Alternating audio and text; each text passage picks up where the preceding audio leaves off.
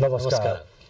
नेपाल टेलिभिजनको यो समाचारमा यहाँलाई स्वागत गर्दछु। म हुँ बद्रिकाजी गुरुङ, साथमा छु म सुरेन्द्र पौडेल। समाचार सुरु गरौं प्रमुख समाचारबाट।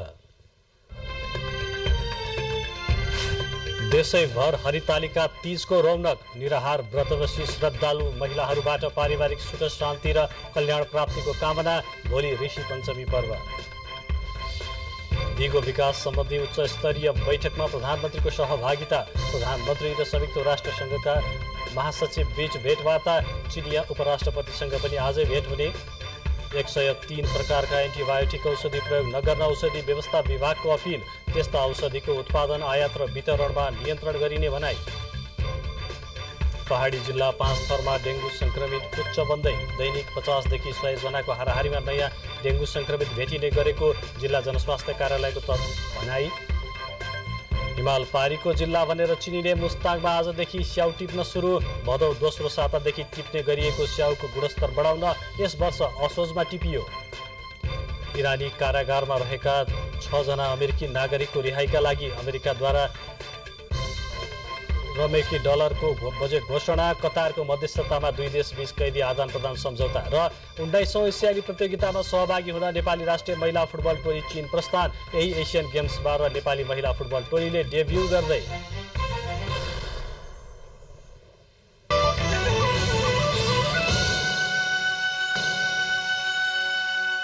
समाचार अब विस्तारमा। भाद्र शुक्ल तृतीयाका दिन मनाइने हरितालिका तीज पर्व आज भगवान महादेवको पूजा आराधना गरी मनाइएको छ। आज व्रत बसी पार्वती सहित भगवान शिवको पूजा उपासना गरेमा पारिवारिक सुख शान्ति र कल्याण प्राप्त हुने धार्मिक विश्वास छ। यस अवसरमा आज बिहानैदेखि काठमाडौँको पशुपतिनाथ मन्दिर सहित देशैभर रहेका शिवालयहरूमा श्रद्धालु भक्तजनहरूको घुइँचो लाग्यो। आज निराहार जागराम बसेर भोलि अरुन्धती सहित सप्त ऋषिहरूको पूजा आराधना गरेपछि नेपाली महिलाहरूको ठूलो पर्व तीज सम्पन्न हुन्छ।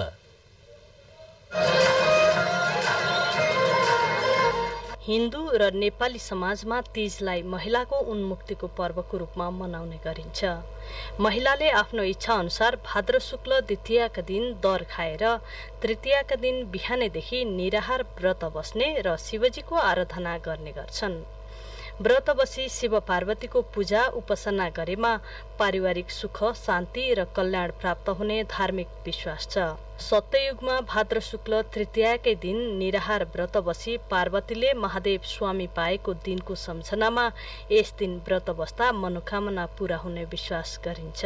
अटल सौभाग्यको कामनाका लागि, सन्तान प्राप्तिका लागि अविवाहित केटी एवं केटाहरूले असल वर र वधु प्राप्तिका लागि पनि तीजको व्रत बस्ने शास्त्रीय मान्यता रहेको छ।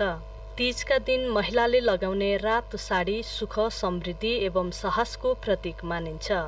रातो रङले महिलालाई एक किसिमको शक्ति प्रदान गर्ने धार्मिक विश्वास र मान्यता रहेको छ।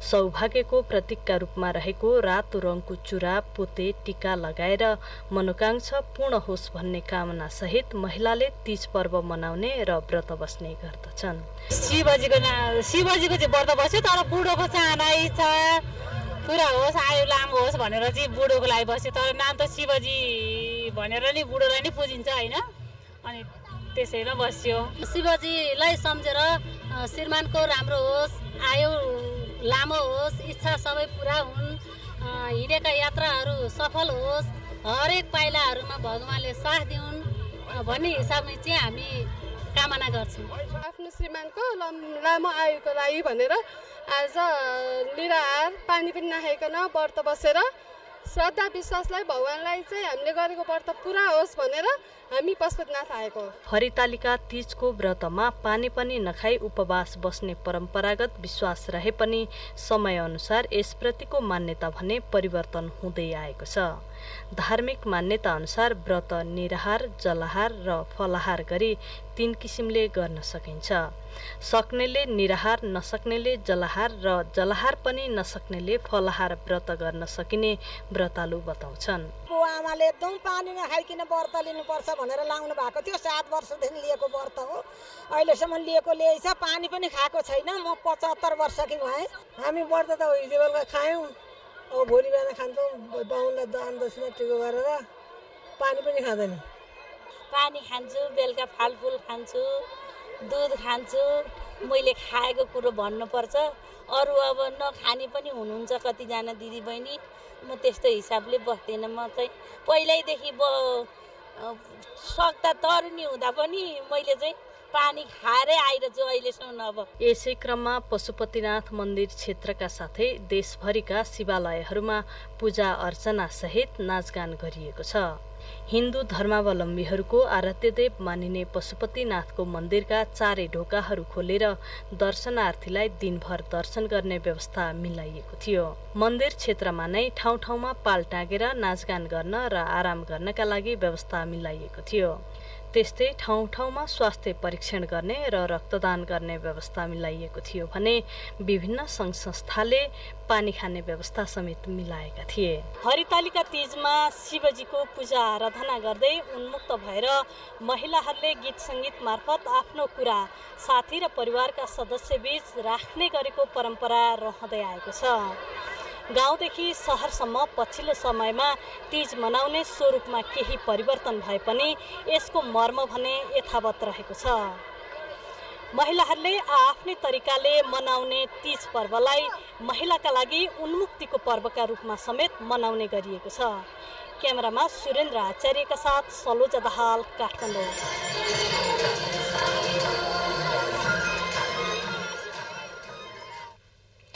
तीजको सम्बन्धी यो प्रसङ्गपछि अब विश्वकर्मा पूजाको प्रसङ्ग छ। आश्विन सङ्क्रान्तिका दिन आज कालीगढहरूले विश्वकर्मा बाबाको पूजा आराधना गरी वास्तु दिवस एवं विश्वकर्मा पूजा पर्व मनाएका छन्। विभिन्न कल कारखानाहरूमा विश्वकर्मा भगवानको बालुवाको मूर्ति वा तस्बिरमा पूजा आराधना गरी यो दिवस मनाउने गर्दछन्। कल कारखानाहरूलाई विशेष रूपमा सजाएर सबै मजदुरहरू एक स्थानमा भेला भई यो पर्व हर्ष उल्लासपूर्वक मनाउने गरिन्छ। आज पूजा गरी भोलि विश्वकर्मा बाबाको मूर्ति नदीमा सेलाउने अथवा विसर्जन गर्ने गरिन्छ। आजका दिन कालीगढले उपयोगमा ल्याउने विभिन्न औजारका सामानहरूमा पूजा आराधना गरेमा धेरै समय टिक्ने, कामका बेलामा नबिग्रिने र कामका बेला चोटपटक तथा दुर्घटना जस्ता भवितव्य नहुने धार्मिक विश्वास छ। द्वापर युगमा भगवान कृष्णलाई राक्षसहरूले दुःख दिएपछि विश्वकर्माले समुद्रको बीचमा भेदद्वारका बनाई लुकाएको धार्मिक विश्वास छ। एकै रातमा समुद्रको बीचमा भेदद्वारकाको निर्माण गरेकाले विश्वकर्मालाई सफल वास्तुविदका रूपमा मानी त्यसै समयदेखि पूजाआजा गर्ने परम्परा बसेको धर्मशास्त्रविदहरूको तर्क छ। वास्तुशास्त्रका पुस्तकका लेखक एवं अध्येताको सम्झनामा आजको दिनलाई वास्तुविदहरूले वास्तु दिवसका रूपमा पनि मनाउने गर्दछन्। पर्वकै प्रसङ्ग छ। मिथिलाञ्चलमा प्रसिद्ध चौठचन्द्र अर्थात् चौरचन पर्व आजै मनाइएको छ। हरेक वर्ष भदौ शुक्ल पक्ष चतुर्थीका दिन यो पर्व मनाउने गरिन्छ। यस क्षेत्रमा छठपछिको दोस्रो ठूलो पर्वका रूपमा चौठचन्द्र पर्व मनाइन्छ। यस पर्वका दिन महिलाहरू दिनभरि उपवास बसेर साँझपख गणेश र चन्द्रमाको विधिपूर्वक पूजा गर्ने परम्परा छ। साँझ सूर्यास्तपछि गाईको गोबरले आँगन लिपपोत गरी बनाइएको चतुष्कोण यज्ञस्थलमा दीप प्रज्वलन गर्दै उपवास बसेकाहरूले फलफुल र मिष्ठान्नको परिकारलाई प्रसादका रूपमा चन्द्रमालाई देखाएर पर्व समापन हुने परम्परा छ। चन्द्रमा उदय भएपछि व्रतालु महिलाहरूले हातमा कुनै फल लिएर चन्द्रमाको दर्शन गर्ने र त्यसपछि परिवारका अन्य सदस्यहरूले पनि त्यसै गरी दर्शन गर्ने प्रचलन छ। पर्वपछि अब संयुक्त राष्ट्रसङ्घको महासभा सम्बन्धी प्रसङ्ग। संयुक्त राष्ट्रसङ्घको 78औं महासभामा भाग लिन अमेरिकाको न्युयोर्कमा रहनुभएका प्रधानमन्त्री पुष्पकमल दाहाल प्रचण्ड आज दिगो विकास सम्बन्धी उच्चस्तरीय राजनैतिक बैठकमा सहभागी हुनुभएको छ। सन् 2030 सम्ममा विकासका विभिन्न लक्ष्य प्राप्त गर्ने गरी राष्ट्रसङ्घले निर्धारण गरेको दिगो विकास लक्ष्यहरू प्राप्तिका सम्बन्धमा बैठकमा उच्चस्तरीय राजनीतिक नेताहरूबीच छलफल हुने कार्यक्रम रहेको छ। दिगो विकास सम्बन्धी सम्मेलनपछि प्रधानमन्त्री प्रचण्ड र चीनका उपराष्ट्रपति बीच आजै भेटघाट हुने कार्यक्रम रहेको छ। त्यसैगरी प्रधानमन्त्री प्रचण्ड र स्विस फेडरेसनका अध्यक्षबीच पनि आजै भेटवार्ताको कार्यक्रम रहेको परराष्ट्र मन्त्रालयले जनाएको छ।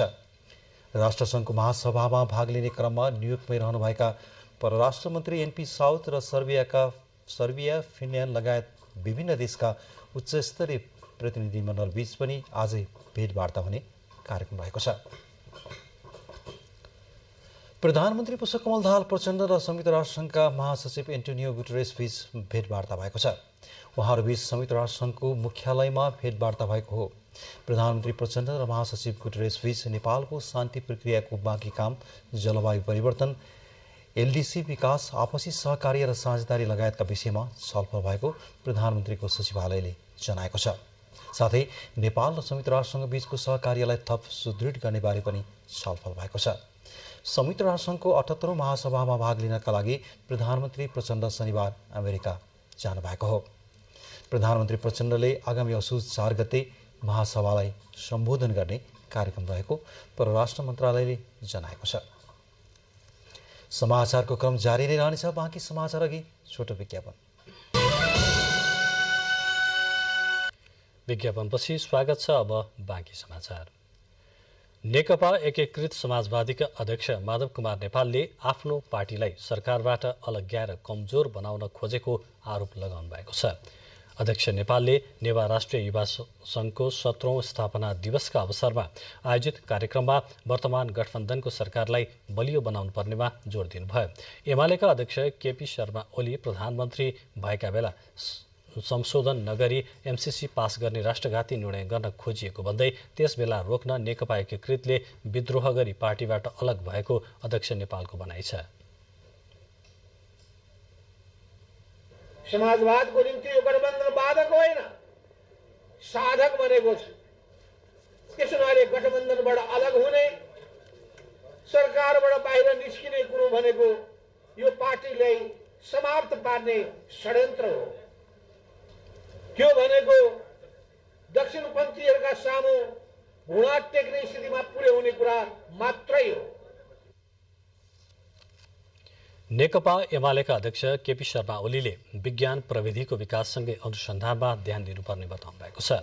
विज्ञान दिवसका सन्दर्भमा एमाले विज्ञान तथा प्रविधि विभागले पार्टी कार्यालय च्यासलमा आयोजना गरेको कार्यक्रममा अध्यक्ष ओलीले विज्ञान प्रविधिको उच्चतम प्रयोग गर्नका लागि अनुसन्धानमा ध्यान दिन सके उपलब्धि हासिल गर्न सकिने बताउनुभयो। उहाँले ठूला मुलुकहरूले विज्ञान प्रविधिलाई अनुसन्धानसँग जोड्दा विकास सम्भव भएको उल्लेख गर्नुभयो। ऊर्जा क्षेत्रमा थप अनुसन्धान गरेर 20 वर्षमा मुलुकमा चाहिने ऊर्जा उत्पादनका साथै खपत बढाउन सकिने उहाँको भनाइ छ। बढाउन सकिन्छ, खपत बढाउन सकिन्छ, बढाउन अनि उद्योगको विकास गरौँ। उद्योगले बेसरी खर्च गर्छ नि त विद्युत। अहिले उद्योगहरूले विद्युत पाएको छैन। उद्योगहरूले विद्युत पाएको छैन। के भन्छ, सब स्टेसन छैन, त्यसकारण विद्युत सप्लाई गर्न सकिएन। अब विज्ञान दिवस सम्बन्धी प्रसङ्ग। विज्ञान साक्षरता र उद्यमशीलता सबल अर्थतन्त्रको आधारशिला भन्ने नाराका साथ 11औं राष्ट्रिय विज्ञान दिवस आज विभिन्न कार्यक्रमको आयोजना गरी मनाइएको छ। शिक्षा विज्ञान तथा प्रविधि मन्त्रालयले ललितपुरमा औपचारिक कार्यक्रमको आयोजना गरी सो दिवस मनाएको हो। राष्ट्रिय विज्ञान दिवस प्रत्येक वर्ष असोज 1 गतेका दिन नेपालभर मनाइने गरिन्छ। देशका सबै वर्ग, समुदाय तथा पेशागत क्षेत्रका व्यक्ति तथा संस्थाहरूलाई विज्ञान तथा प्रविधिको क्षेत्रमा योगदान पुर्याउने उद्देश्यले हरेक वर्षको असोज 1 गतेलाई राष्ट्रिय विज्ञान दिवसको रूपमा मनाइन्छ। त्यसवखत विभिन्न व्यक्तिहरूलाई सम्मान पनि गरिएको थियो। कार्यक्रममा शिक्षा विज्ञान तथा प्रविधि मन्त्री अशोक राईले नेपालले पनि परिवर्तित र विकसित समयअनुसार विज्ञान तथा प्रविधिको विकास हुनु जरुरी रहेको बताउनुभयो।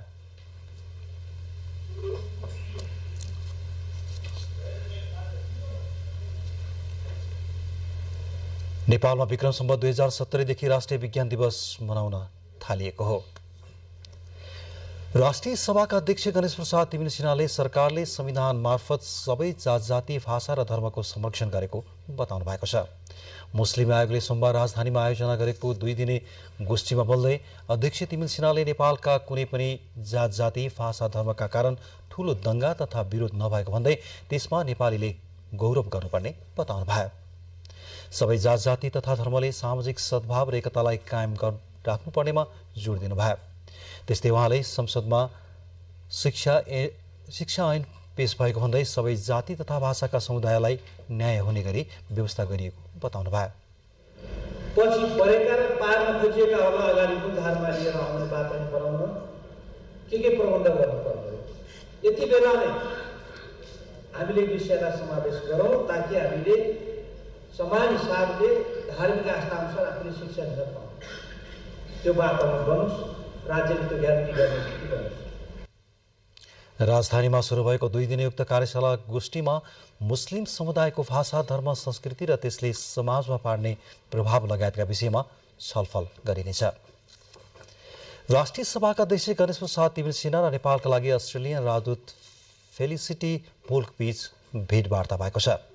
सिंहदरबार स्थित अध्यक्षको कार्यकक्षमा सोमबार दिउँसो भएको भेटमा द्विपक्षीय हित, मैत्रीपूर्ण सम्बन्ध र उच्च स्तरीय भ्रमण लगायतका विषयमा छलफल भएको हो। भेटमा राजदूत पोल्कले अस्ट्रेलियामा 1,30,000 भन्दा बढी नेपाली बसोबास रहेको बताउँदै क्यानबेरामा बढी बोलिने भाषामा नेपाली भाषा तेस्रो स्थानमा रहेको समेत जानकारी दिनुभयो। राजदूत पोल्कले नेपाललाई अस्ट्रेलियाको उच्च प्राथमिकतामा राखेको बताउँदै आगामी अक्टोबरमा अस्ट्रेलियाको प्रतिनिधि सभाका सभामुखको नेपाल भ्रमणबारे जानकारी गराउनु भएको थियो। भेटमा अध्यक्ष तिमिल सिन्हाले नेपाल अस्ट्रेलिया बीच सन् 1960मा कूटनीतिक सम्बन्ध स्थापना भएदेखि नै अत्यन्तै सुमधुर र सहयोगात्मक सम्बन्ध रहेको उल्लेख गर्दै नेपाली विद्यार्थीहरूको आकर्षक शैक्षिक गन्तव्यको रूपमा अस्ट्रेलिया पढ्दै आएको उल्लेख गर्नुभयो। विद्यार्थीहरूसँगै विभिन्न पेसा र व्यवसायमा संलग्न ठूलो संख्यामा नेपालीहरू अस्ट्रेलियामा रहेको भन्दै अध्यक्ष तिमिल सिन्हाले अस्ट्रेलिया र नेपालका बीचमा सिधा हवाई उडान सञ्चालन गर्न सके दुवै देशले लाभ लिन सक्ने कुरामा जोड दिनुभयो। समाचारमा फेरि पालो भएको छ छोटो विज्ञापन। पुनः स्वागत छ। अब बाँकी समाचार। सरकारले 103 प्रकारका एन्टिबायोटिक औषधिहरूको प्रयोग नगर्न उपभोक्ता र सरकारवालाहरूलाई आग्रह गरेको छ। विश्व स्वास्थ्य संगठन WHO ले पनि ती औषधिको प्रयोगका लागि सिफारिस नगरेको औषधि व्यवस्था विभागले जनाएको छ। ती एन्टिबायोटिक औषधिको प्रयोग गर्न औचित्य नभएको समेत औषधि व्यवस्था विभागले जनाएको छ। विभागका महानिर्देशक नारायण प्रसाद ढकालले एन्टिबायोटिक औषधिको प्रयोगलाई न्यूनीकरण गर्न र रोकथाम तथा नियन्त्रण गर्न प्रयोगमा नल्याउन निर्देशन दिएको बताउनुभयो। विश्व स्वास्थ्य संगठनले प्रयोगमा नल्याउने भनेर तोकेको 103 प्रकारका एन्टिबायोटिक औषधिको सूची प्रकाशन गरेको र ती औषधिको दर्ता र प्रयोगका लागि अनुमति नदिइने उहाँले जानकारी दिनुभयो। विभागमा दर्ता भएका त्यस्ता प्रकारका एन्टिबायोटिक औषधिको कच्चा पदार्थ तथा प्राइमरी र सेकेन्डरी प्याकिङ सामग्री मौजदात विभागमा पेश गर्ने र निर्णय भएको मितिबाट लागू हुने गरी स्वदेशी उद्योगले त्यस्ता प्रकारका औषधिको थप उत्पादन नगर्ने र आयातकर्ताले पनि त्यस्ता औषधिको थप आयात कार्य नगर्न अनुरोध गरिएको औषधि व्यवस्था विभागले जनाएको छ। 38 दिनदेखि माइतीघर मण्डलामा रिले अनसन बसिरहेका चिकित्सा शिक्षा सरोकार सङ्घर्ष समितिका पदाधिकारीहरूले आजबाट अनसन तोडेका छन्। स्वास्थ्य तथा जनसङ्ख्या मन्त्री मोहन बहादुर बस्नेतको विशेष पहलमा अनसन तोडिएको हो। मन्त्री बस्नेतले सङ्घर्ष समितिले उठाएका माग सम्बोधन गर्न सरकारले पहल गरिरहेको र चिकित्सा शिक्षा ऐन छिट्टै संशोधन हुने तयारीमा रहेको विश्वास दिलाउनु भएपछि 14 बुधे माग राखेर अनसन बसेका उनीहरू सङ्घर्ष स्थगित गर्न तयार भएका हुन्। सङ्घर्ष समितिका संयोजक सापकोटाले आफूले उठाएका 14वटा मागका विषयमा मन्त्री बस्नेतलाई जानकारी गराउँदै नेपालको चिकित्सा शिक्षा सुधारका लागि सरकारले आफ्ना माग सम्बोधन हुने विश्वास दिलाउनु भएको बताउनुभयो। मन्त्री बस्नेतले सङ्घर्ष समितिले उठाएका मागहरूलाई सम्बोधन गर्ने विश्वास दिलाउनु भएको थियो। तपाईँहरूका समस्याहरू, तपाईँहरूका मागहरू अब धेरै जायज पनि छन्। त्यसकारणले त्यो जायज मागहरूलाई सम्बोधन गर्ने गरी भोलिका दिनहरूमा छलफल आजै अगाडि बढिसकेको छ भने भोलि निश्चित रूपमा यसले एउटा आकार लिन्छ। पाँचथर जिल्लामा डेङ्गु संक्रमितको संख्या दिनदिनै बढिरहेको छ। सुरुमा खासै नदेखिएको डेङ्गु पछिल्लो समय पाँचथरमा बढेको छ। जिल्लामा दैनिक 50 देखि 100 जनाको हाराहारीमा डेङ्गु संक्रमित भेटिने गरेको जिल्ला जनस्वास्थ्य कार्यालय पाँचथरले जनाएको छ। ज्वरो आएर अस्पतालमा स्वास्थ्य उपचारमा पुग्ने बिरामीमा संक्रमण भेटिएको छ। फिदिम नगरपालिकामा रहेको जिल्ला अस्पतालमा दैनिक 50 देखि 60 जनाको हाराहारीमा डेङ्गु संक्रमितले सेवा लिने गरेको अस्पतालको तथ्याङ्क छ। पाँचथरमा भदौ 30 गतेसम्ममा 471 जनाले स्वास्थ्य परीक्षण गरिसकेका छन्। डेङ्गु रोगको लक्षण भेटिए पनि जाँच तथा उपचारका लागि अस्पताल तथा स्वास्थ्य केन्द्रहरूमा सर्वसाधारण पुग्ने गरेका छैनन्। डेङ्गु संक्रमित बिरामी सिकिस्त भएका र सचेत बिरामी मात्र स्वास्थ्य सेवाको उपचारका लागि पुग्ने गरेको जनस्वास्थ्य कार्यालयले जनाएको छ। काभ्रेको बनेपा नगरपालिका 14 स्थित साँगा प्रहरी चौकीले आफ्नै पक्की भवनबाट सेवा सुरु गरेको छ। बागमती प्रदेश सरकारले विनियोजन गरेको बजेटबाट निर्मित भवन 3 चरणमा निर्माण भएको थियो।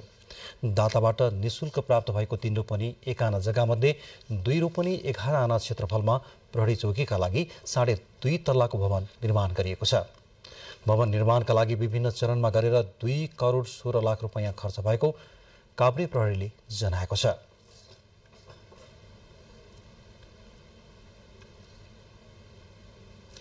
हिमाल पारीको जिल्ला भनेर चिनिने मुस्ताङमा आजदेखि स्याउ टिप्न सुरु गरिएको छ। मुस्ताङको मार्फा, टुकुचे, कागबेनी, मुक्तिनाथ, झोङ, छुसाङ, चैले लगायतका ठाउँमा स्याउ बगैँचामा लटरम्मै स्याउ फलेका छन्। स्याउको राजधानी समेत मानिने मार्फा र टुकुचेमा बगैँचा स्याउले राताम्ने भएका छन्। 5 गाउँपालिका रहेका मुस्ताङका विभिन्न ठाउँमा लगाइएका स्याउ पाकेपछि किसानहरूले टिप्ने र बजार पठाउने तयारी सुरु गरेको स्थानीय सुशील बाबु थकालीले जानकारी दिनुभयो। विगतका वर्षहरूमा भदौ दोस्रो सातादेखि नै स्याउ टिप्ने गरिएकोमा गुणस्तर कम भएको गुनासो आएपछि यस वर्ष बोटमा नै राम्रोसँग पकाएर असोज लागेपछि मात्र टिप्न सुरु गरिएको मार्फाका स्याउ किसान दीप लालचनले बताउनुभयो। अहिले स्याउ खरिद गर्नका लागि स्थानीय व्यापारी सहित बाहिर जिल्लाका व्यापारी स्याउ बगैँचामा पुगेका किसानहरूले बताएका छन्। मुस्ताङका किसानले फलाएका स्याउ खरिद गर्न व्यापारीले स्याउको बगैँचा नै ठेक्कामा लिन्छन्। धादिङ, काठमाडौँ लगायतका ठाउँबाट व्यापारी स्याउ खरिद गर्न मुस्ताङ पुगेका छन्। मुस्ताङको स्याउ खरिद गर्न छिमेकी जिल्ला म्याग्दी सहित पोखरा, चितवन लगायतका ठाउँबाट पनि व्यापारी पुग्ने गरेको कृषक लालचनले जानकारी दिनुभयो। उहाँका अनुसार अहिले स्याउ खरिद गर्न पुगेका व्यापारी र कामदारले स्याउको बगैँचा कुरेर बसिरहेका छन्। मुस्ताङमा 1200 भन्दा बढी हेक्टरमा व्यावसायिक रूपमा स्याउ खेती गरिएको छ भने वार्षिक झण्डै 6000 मेट्रिक टन स्याउ उत्पादन हुँदै आएको छ। मुस्ताङमा गोल्डेन, रोयल र रेड डेलिसियस, रिचा रेड तथा फिजी डेलिसियस जातका स्याउको उत्पादन हुँदै आएको छ। जग्गा अभावका कारण पाल्पा अस्पतालको स्तरोन्नतिमा समस्या थपिएको छ। अस्पतालको भवन निर्माण लगायतको काम गर्न जग्गा अभाव हुँदा निर्माणको बजेट समेत फिर्ता भएको छ। 3 वर्षदेखि अस्पतालका लागि जग्गाको खोजी भए पनि अहिलेसम्म जग्गा प्राप्त हुन नसकेको अस्पतालले जनाएको छ। जग्गा अभावकै कारण लुम्बिनी प्रदेश सरकारले 3 वर्ष अघि 50 शय्याको अस्पताल बनाउने घोषणा गरे पनि काम अल्पत्र बनेको छ। अस्पताल विकास समितिका अध्यक्ष गुराँस आत्रेयका अनुसार अस्पतालको स्तरोन्नतिका लागि पहिलो भवन बनाउन आवश्यक हुँदै पनि 100 वर्ष पुरानो भवनबाट 50 शय्याको अस्पताल सञ्चालनमा समस्या देखिएको हो। जग्गा अभावका कारण हरेक वर्ष नेपाल सरकारले विनियोजन गरेको बजेट समेत फिर्ता हुने गरेको छ। अस्पतालको भवन बनाउन 2 वर्ष अघि पुनर्निर्माण प्राधिकरणबाट समेत बजेट परेको थियो, तर उक्त बजेटबाट भवन बनाउन जग्गा प्राप्त नहुँदा बजेट फिर्ता भएको अस्पतालले जनाएको छ। चालु आर्थिक वर्षमा पनि नेपाल सरकारले अस्पतालको भवन निर्माण गर्न 12 करोड रुपैयाँ बजेट विनियोजन गरिसकेको छ, तर जग्गाको टुङ्गो नलाग्दा बजेट फ्रिज हुने सम्भावना बढेको छ। समाचारको क्रम जारी नै रहनेछ। बाँकी समाचार अघि प्रमुख समाचार फेरि एकपटक।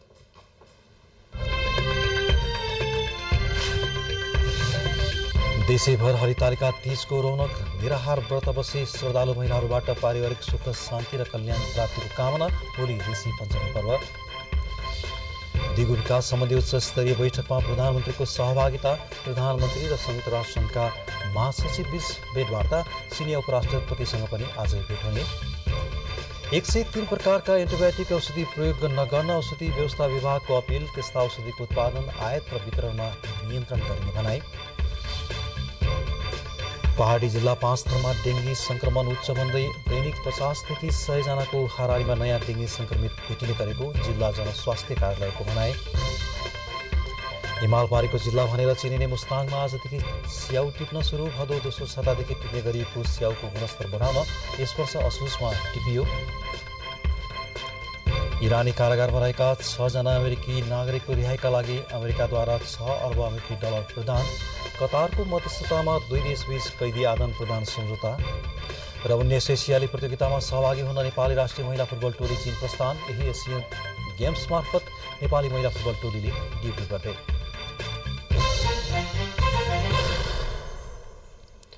प्रधान सेनापति प्रभुराम शर्माले उपरथी दर्जामा पदोन्नति हुनुभएका सहायक रथी विष्णु राउतलाई दर्जानी चिन्ह प्रदान गर्नुभएको छ। जङ्गी अड्डामा आज आयोजित कार्यक्रम बीच प्रधान सेनापतिले उपरथीमा पदोन्नति हुनुभएका राउत र मानार्थ उपरथी दर्जामा पदोन्नति हुनुभएका सहायक रथी भरतचन्द्र गुरुङलाई दर्जानी चिन्ह प्रदान गर्नुभएको हो।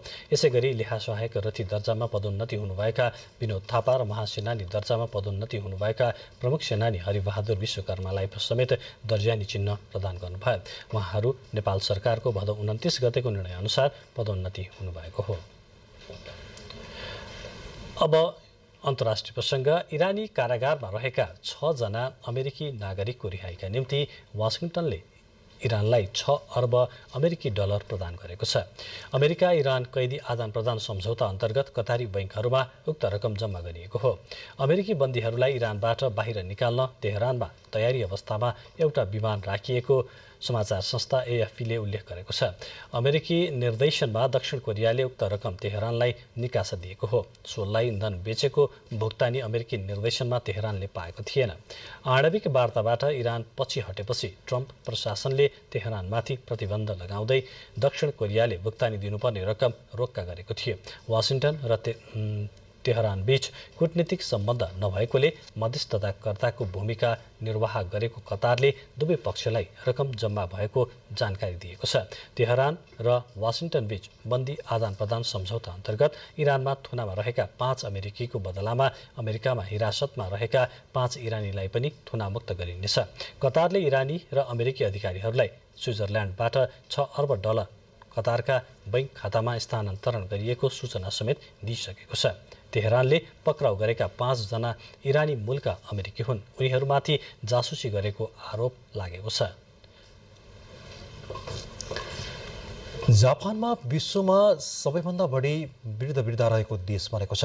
जापानका 10% भन्दा बढी मानिस 80 वर्ष वा सोभन्दा बढी उमेर काटेको नयाँ आधिकारिक तथ्याङ्कले देखाएको छ।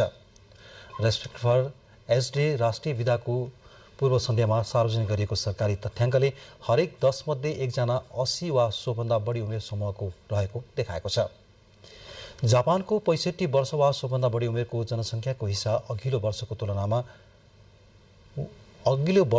29.0%बाट बढेर 29.10% पुगेको छ। आन्तरिक मामिला मन्त्रालयका अनुसार दोस्रो स्थानमा रहेको इटलीको 24.5% र तेस्रो स्थानमा रहेको फिनल्यान्डको 23.6% को तुलनामा यो स्तर मापन गरिएको हो। युवाहरूले अस्थिर रोजगारी र आर्थिक कठिनाइका कारण विवाह र बच्चा जन्माउन ढिलाइ गरेका कारण दशकौँदेखि जापानको जनसङ्ख्या घट्दै गएको छ, जसको फलस्वरूप जापानमा 70 देखि 74 वर्ष उमेर समूहका 1/3 भन्दा बढी मानिसले रोजगारी पाएका छन्। सन् 2040 सम्ममा जापानको कुल जनसङ्ख्याको 34.8% वृद्ध रहने अनुमान गरिएको छ। आर्थिक समाचार, खेलकुद सम्बन्धी प्रसङ्ग र मौसम सम्बन्धी समाचार बाँकी नै छन्। त्यसअघि छोटो विश्राम।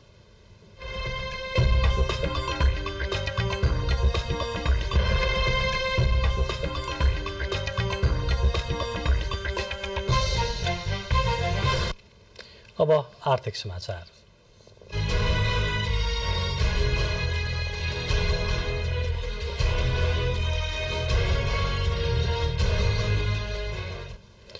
उपभोक्ताबाट बास्नादार चामलको माग बढ्न थालेपछि झापाका किसानहरूले बासमती प्रजातिका धान रोपाइँलाई महत्त्व दिएका छन्।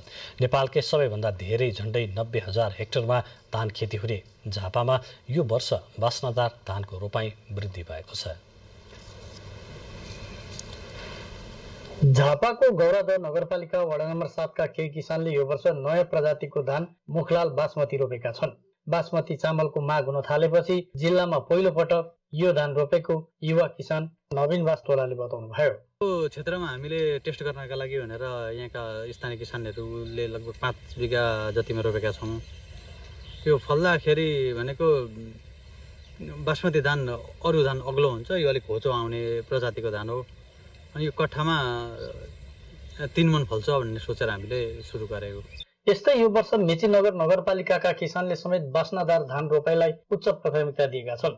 अघिल्लो वर्षको तुलनामा यस वर्ष 4 गुणा धेरै बास्नादार धानको बिउ बिक्री भएको मेची कृषक बहुमुखी सहकारी संस्थाका व्यवस्थापक दीपक काफ्लेले बताउनुभयो।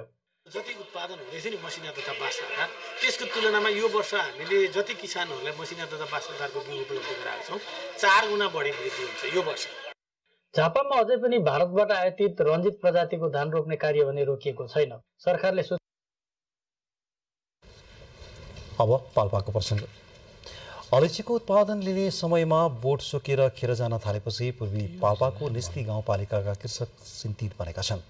गत वर्षको लामो खडेरीका कारण 95% बढी बोट सखा भएपछि यो अवस्था सिर्जना भएको स्थानीयको भनाइ छ। यो वर्ष राम्रो मूल्य पाउने अपेक्षामा रहेका स्थानीय कृषकलाई अलैँची भित्र्याउने समयमा गानो कुहिने समस्याले निराश बनाएको स्थानीय कृषक तुलबहादुर बैम्बुले बताउनुभयो।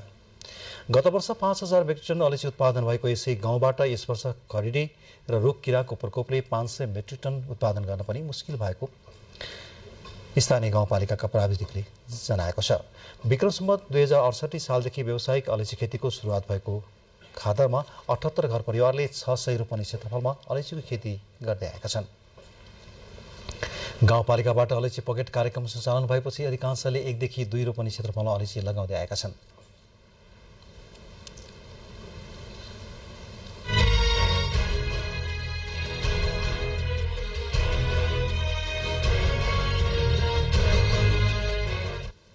अब खेलकुद समाचार।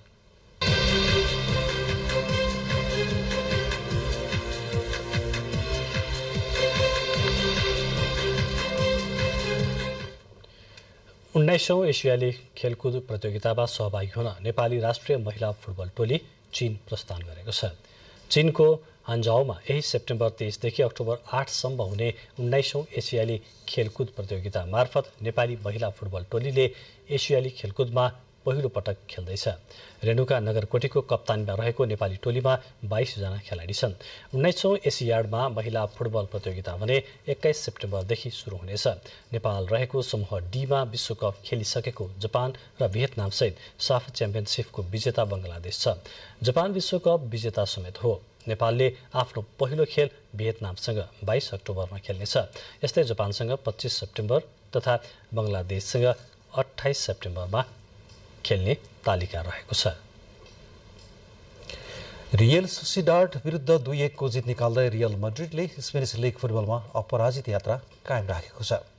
खेलको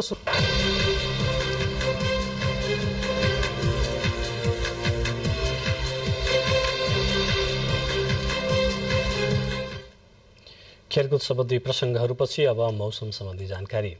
हाल मनसुनको न्यून चापीय रेखा सरदर स्थानको दक्षिणतिर अवस्थित छ, जसका कारण देशभर आंशिकदेखि सामान्य बदली रहने मौसम पूर्वानुमान महाशाखाले जनाएको छ। आज राति मधेस बागमती प्रदेशसहित देशका पहाडी भूभागको थोरै स्थानहरूमा र बाँकी भूभागको 1-2 स्थानहरूमा मेघ गर्जन र चट्याङसहित हल्कादेखि मध्यम वर्षाको सम्भावना रहेको मौसम पूर्वानुमान महाशाखाले जनाएको छ। अब मौसम सम्बन्धी थप विवरण।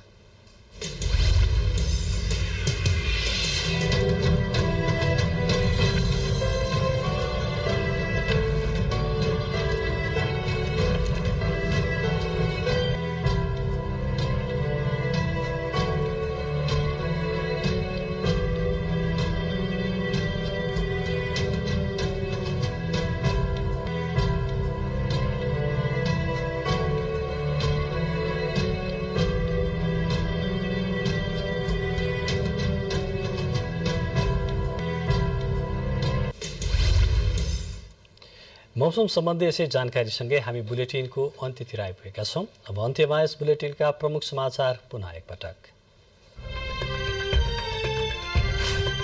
देशैभर हरितालिका तीजको रौनक। निराहार व्रत बसी श्रद्धालु महिलाहरूबाट पारिवारिक सुख शान्ति र कल्याण प्राप्तिको कामना।